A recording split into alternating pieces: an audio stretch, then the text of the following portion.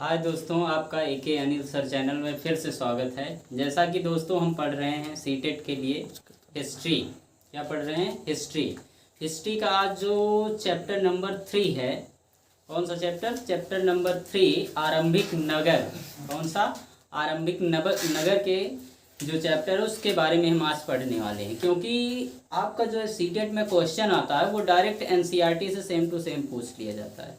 अगर हम एनसीईआरटी पढ़े रहेंगे तो हमारा जो एसएसटी है वो कहीं बाहर से नहीं जाएगा। तो आगे चलते हैं, हम वीडियो को शुरू करते हैं। हड़प्पा, जो हड़प्पा है इसमें पहला जो पॉइंट है वो क्या है? हड़प्पा। कौन सा पॉइंट है? हड़प्पा। लगभग 150 साल पहले, कितने साल पहले? 150 साल पहले जब रेलवे लाइन बिछाई जा रही थी। क्या हो रहा था? रेलवे लाइन बिछाई जा रही, तब इस काम में कुछ इंजीनियर जो जुटे हुए थे उन्हें अचानक हड़प्पा पुरा स्थल मिला। क्या मिला? हड़प्पा। क्योंकि ये लोग ईंटों की तलाश में इधर उधर जा रहे थे तो उन्हें क्या मिला? हड़प्पा पुरा स्थल मिला। इन्होंने सोचा यह एक ऐसा खंडर है जहां से अच्छी पकी हुई क्या मिलेंगी? ईंटें मिलेंगी। क्या मिलेंगी? ईंटें मिलेंगी। जैसा कि ये क्वेश्चन सेम टू सेम पूछा जाता है कि इन नगरों का निर्माण कब हुआ था, तो इन नगरों का निर्माण, जो हड़प्पा जैसे नगर थे, इनका 4700 साल पहले निर्माण हुआ था। आगे इस नगरों की क्या क्या विशेषताएं थी हम देखेंगे। इन नगरों में से कई को 2 या उससे अधिक भागों में विभाजित किया गया था। क्या किया गया था? इन नगरों में जो नगर थे उनको 2 या कई उससे अधिक भागों में विभाजित किया गया था। और पश्चिमी भाग छोटे पर और ऊंचाई पर बनाए। जो पश्चिमी भाग थे वहां पर छोटे तथा ऊंचाई पर बनाए जाते, और पूर्वी भाग में बड़ा तथा निचले भाग पर बनाए जाते। ऊपरी हिस्से को नगर दुर्ग तथा निचले हिस्से को नगर कहते थे ये लोग, ऐसा माना जाता है। उसके बाद हम मोहनजोदड़ो पर आ जाएंगे। यह एक खास तालाब बनाए। यहाँ पर जो है एक खास तालाब बनाया गया था जिसे पुरातत्व, हमारे जो पुरातत्वविद थे उन्होंने क्या कहा है? उन्होंने महान स्नानागार कहा है। क्या कहा है? महान स्नानागार कहा है।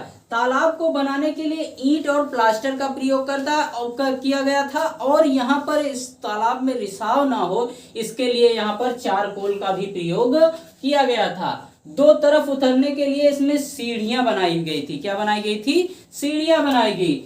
इस तालाब का प्रयोग विशेष अवसरों पर किया जाता था, जैसे कोई यज्ञ हो गया, उस पर अनुष्ठान हो गया, उस पर किया जाता था ताकि लोग इसमें इकट्ठा होकर स्नान कर सके। तो महान स्नानागार जो हमारा वो मिला, वो कहाँ मिला है? मोहनजोदड़ो से। आगे हम चलेंगे कालीबंगा। क्या चलेंगे? कालीबंगा।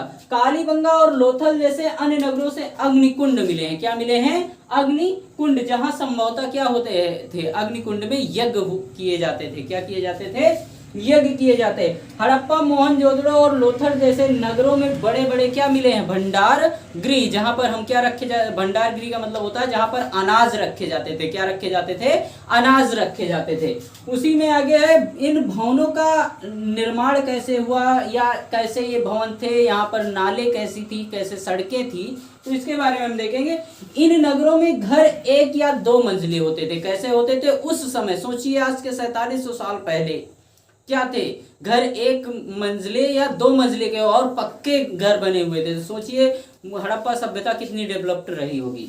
उसके बाद घर के आंगन के चारों तरफ क्या बनाए जाते थे?